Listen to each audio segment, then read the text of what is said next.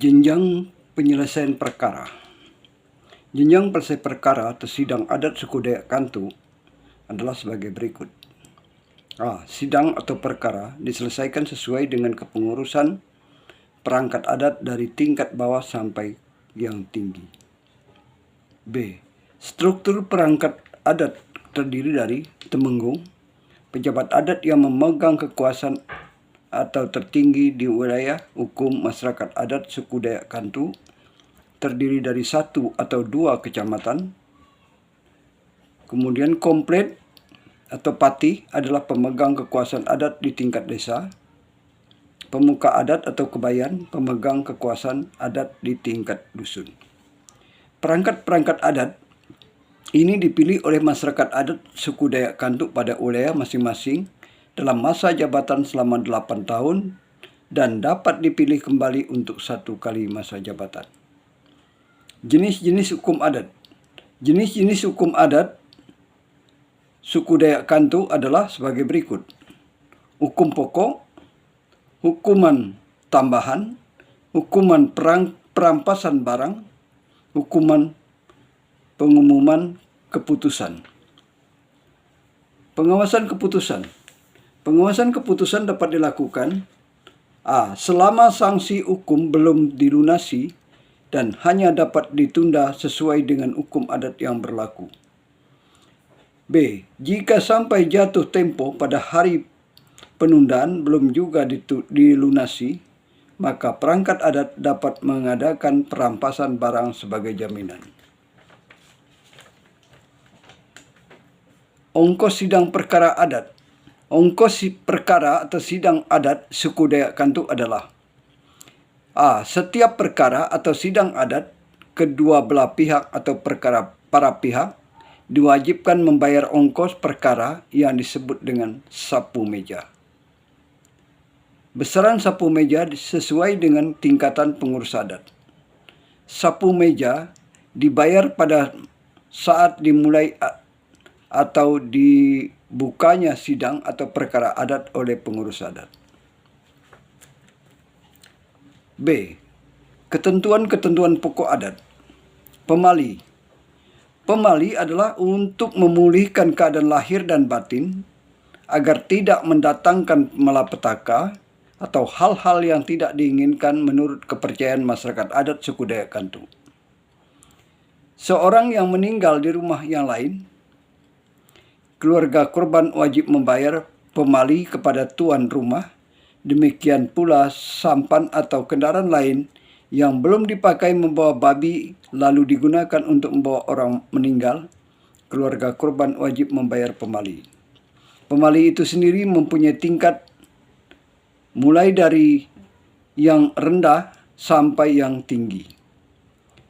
Perbuatan yang dapat dikenakan pemali adalah orang ngampang, orang butang, berdosa, merusak barang-barang orang, merusak jalan umum, mengganggu ladang orang, mengganggu tempat atau upacara keagamaan, membuat sungai tidak bisa berfungsi sebagaimana mestinya, termasuk mencemarkan tempat mandi atau tempat minum, dan jenis perbuatan lain yang oleh masyarakat adat suku Dayak Kantu bisa mendatangkan malapetaka.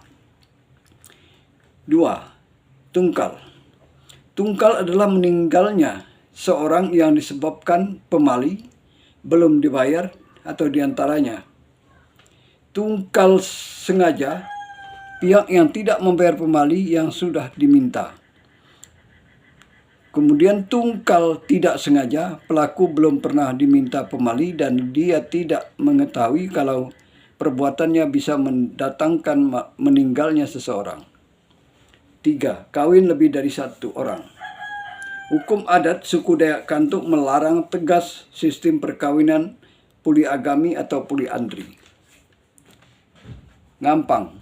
Ngampang menurut masyarakat Dayak Kantu adalah seorang perempuan yang hamil di luar nikah. Tindakan ini harus ditebus dengan sanksi hukum yang disebut sengkelan, yang memotong babi sebanyak 3 ekor dengan tata cara sebagai berikut. 1 ekor untuk selamatan nyengkelan air, 1 ekor untuk nyengkelan tanah, dan 1 ekor untuk nyengkelan rumah. B. Ketiga ekor di atas hanya berlaku pada ngampang yang tidak ada sangkut pautnya dengan mali atau berdosa. Ketiga ekor babi ini ditanggung bersama oleh pihak laki-laki dan perempuan. 5. Perzinahan oleh suku Kantu. Perzinahan oleh suku Kantu disebut butang berdosa adalah bersetubuh dengan orang lain yang bukan pasangannya yang sah. Dan apabila pihak yang dirugikan, suami atau istri pelaku, minta dicerai dan pelaku masih ingin tetap bersatu, maka pihak yang dirugikan tidak diwajibkan membayar adat atau pemuai. Mengingat hal ini adalah perzinahan. Orang yang berzina atau butang berdosa ada sanksi hukumnya. Butang rangkai adalah perbuatan perzinahan, juga mendapatkan sanksi hukum. Kesupanan. Kesupanan adalah adat sopan santun masyarakat adat suku Kantu.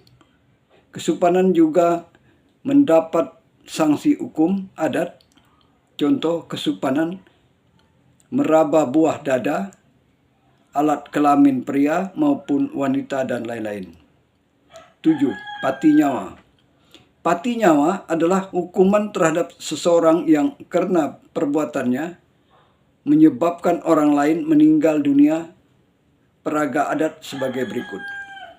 A. Sebuah jala pengganti rambut. B. Sebuah telaga pengganti mata. C. Sebuah rangkai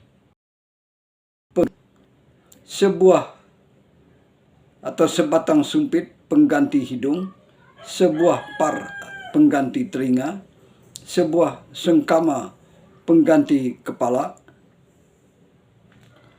sebuah besi baku pengganti tulang, sepucuk senapan pengganti tangan, sebuah bedil pengganti paha, sebuah gong keliling 8 pengganti tempat duduk, sebuah gong keliling 9 pengganti suara, sebuah entali hujan pengganti napas, dan sebuah gelegian pengganti badan.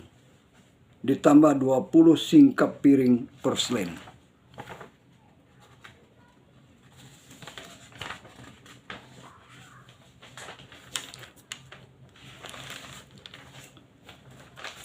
Delapan.